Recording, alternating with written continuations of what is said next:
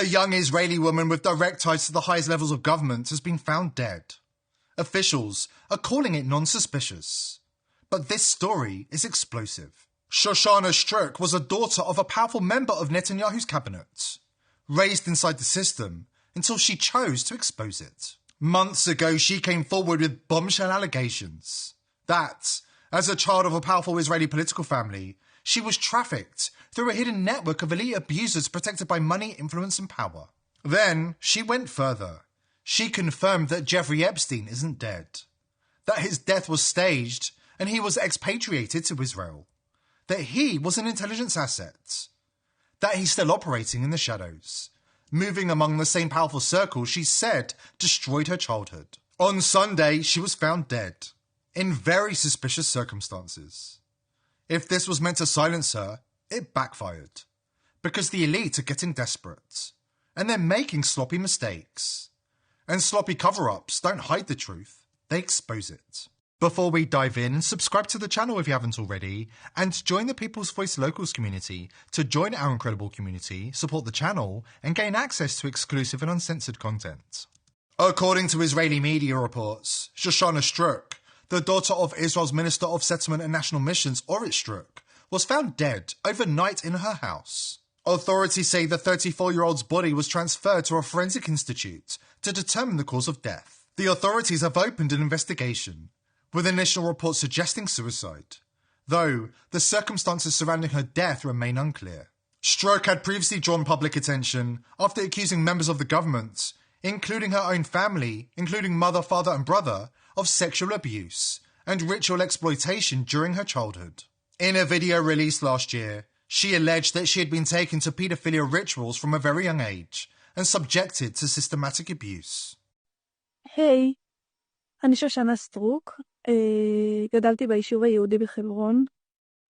אחיד מגיל 2.5, ההורים שלי היו לוקחים אותי לטקסים פדופילים, שבהם כמו אילפו אותי, תכנתו אותי באמצעות סמים, באמצעות היפנוזה, באמצעות פגיעות מיניות, ובעצם הם יצרו אצלי כל מיני חלקים, כל מיני זהויות. החל מגיל 13 אבא שלי התחיל לסרסר בי בתל אביב, עשה עליי כסף מה שנקרא. הפגיעות המשיכו עד גיל די מאוחר. בעצם מה שקרה עכשיו זה שאפילו שכבר פרסמתי את זה ואפילו שכבר סיפרתי, אבא שלי ממשיך לפגוע בי. הוא הגיע לדירה שלי, ואני שכרתי דירה באופן עצמאי, גרתי לבד. הוא הגיע לדירה ופגע בי שוב. הוא הביא איתו גם עוד בן אדם. את הבן אדם הזה הוא בעצם מכשיר כדי שיוכלו להמשיך לסרסר בי גם אחרי שאבא שלי ימות. כי ככה זה עובד, הם מעבירים את זה ככה דורות בין הדורות, את הפגיעה, את הסרסור, את הניצול המיני של ילדים, את הניצול המיני של נשים. מאז הפגיעה האחרונה עזבתי את הדירה שלי, אין לי בית. לבינתיים מצאתי כמה אנשים טובים שמסכימים לארח אותי כל אחד לכמה ימים, אבל אין לי ממש דרך לפרנס את עצמי, כיוון שאני מתמודדת עם הפרעת זהות דיסוציאטיבית, זה נקרא DID. Tragically, her experience wasn't unusual. The average age of females entering sex work in Israel is 12 to 14. At least 4,000 children are married to adults in Israel every year. Like many victims, Shoshana studied psychology to help her understand the abuse. She was also determined to help other victims and end the cycle of trauma. מאוד אשמח לכל עזרה כדי שאני אוכל להגשים את החלום שלי ולעזור גם לנשים אחרות שעברו פגיעות טקסיות. אמנם אני עכשיו במצב קשה, אבל בהשכלה שלי אני למדתי פסיכולוגיה ויש לי חלום לעזור לאנשים אחרים שעברו פגיעות טקסיות. אני אשמח לכל עזרה. תודה רבה לכם. She later returned to Israel to file an official police complaint and requested protection, saying she feared threats from powerful individuals connected to the crimes. היי, רציתי לשתף משהו אחרי תקופה ארוכה שאני סוחבת את זה עם עצמי. קוראים לי שושנה סטרוק. אני עברתי פגיעה מינית בילדות על ידי שני ההורים שלי. הפגיעה המינית צולמה. זה אומר שזה בעצם שימש לפורנוגרפיית ילדים. אני גם נפגעתי מינית בתור ילדה, אבל גם בעצם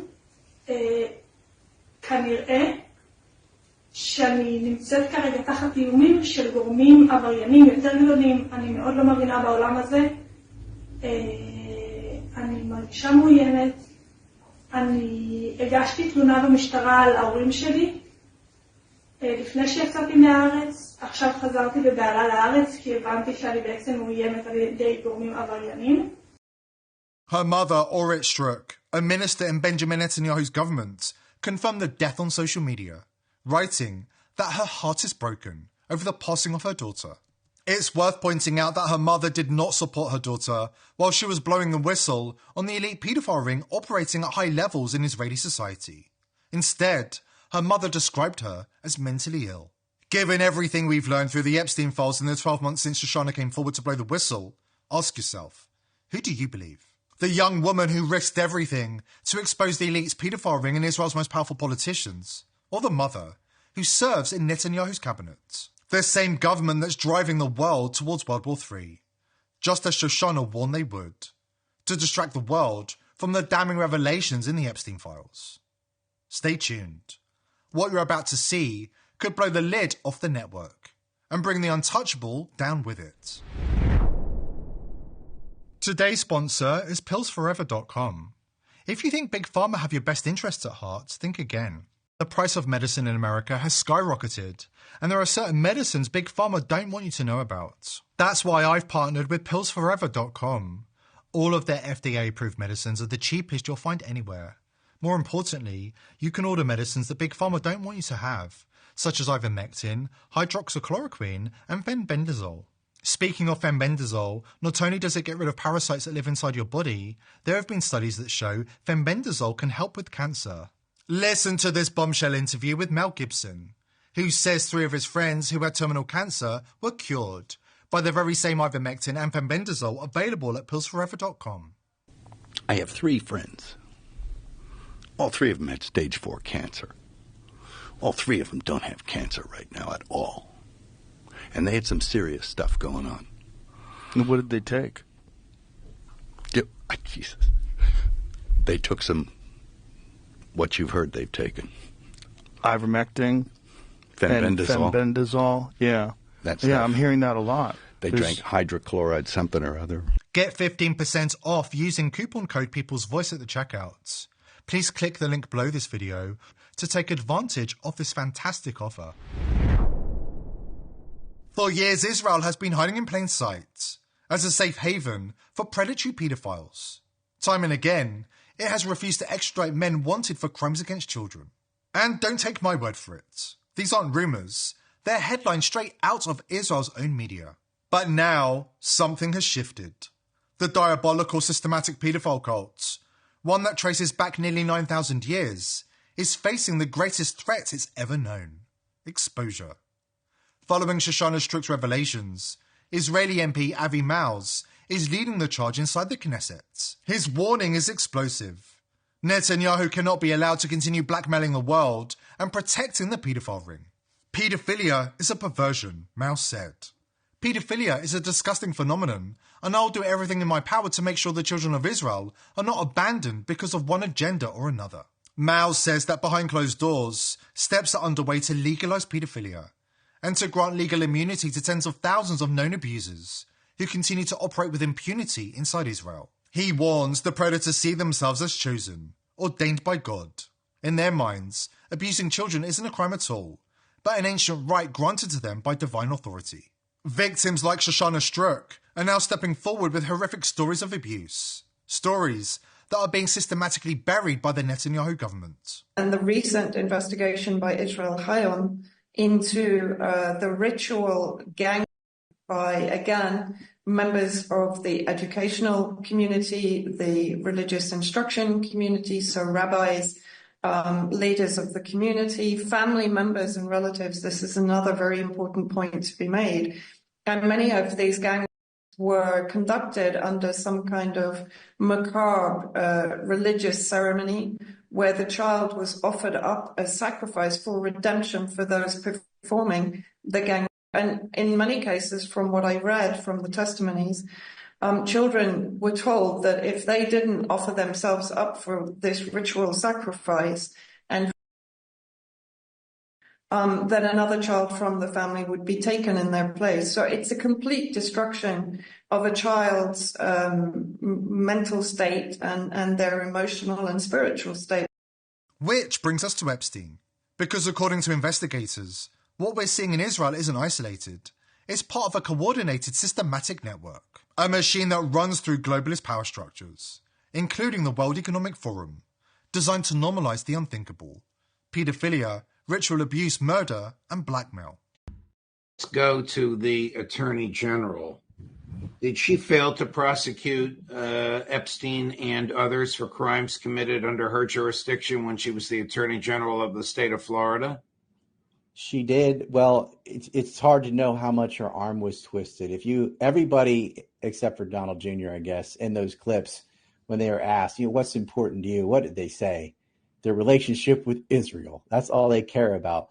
They probably looked at the list, found out it went back to Israel, and that was it. The list was gone. And the list was gone the day Netanyahu came to visit again. He said, get rid of it. What is the connection to Israel? Was Epstein a Mossad asset? 1,000% he was. First off, Epstein did not create this compromise ring. He walked into a pre-existing nexus. They've been doing this. And if anybody's like, oh, our greatest ally, would Israel really run an operation that included child? Israel shoots children. Israel shoots people in line begging for food. And Israel is the go-to haven for pedophile refugees. They all know if you get caught, you can flee to Israel and get away with it. Epstein wasn't an anomaly. He was one of many. The disturbing mindsets underpinning these crimes come straight from Talmudic teachings that rabbis use to excuse abuse, keep victims silent, and justifies Israel's trafficking in adrenochrome industries. Rabbi Yeshoshua B. Gordon makes it disturbingly clear. A Jew who engages in intimacy with a non-Jewish woman, whether she is 3 years old, or she's an adult woman over 12 or 12 and a half, whether she is available, or not, even if he was 9 years old, as we learned earlier again and again. That's the beginning when intimacy has an effect with a man, then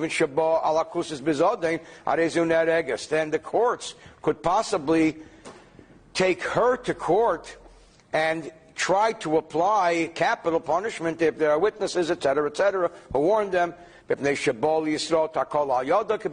the Jew ran into a problem due to this encounter. This is specified in the Torah, as it says with the Midianites, that these girls were sent out by the Midianite leaders to entrap the Jewish young men, as it says in the biblical story of Bilam. We're up against a paedophile cult that's been operating for nearly 9,000 years. One that's hijacked the mainstream media, corrupted Hollywood, and is flooding the world with its poison. Another generation is being stolen in plain sight. New victims are created every single day, maybe even in your own city. Enough is enough. This trafficking empire, this adrenochrome machine, must be ripped out, root and branch. No more hiding, no more excuses, no more looking the other way. The time to act isn't tomorrow, it's right now. Because the elite are desperate, and Netanyahu and his spy agencies have repeatedly declared war on Americans. This is not a drill.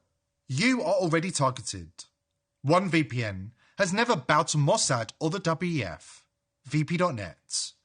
Next-gen privacy tech, mathematically unhackable, lightning fast, zero compromise. Secure yourself now for as low as $5.55 a month at vp.net/TPV.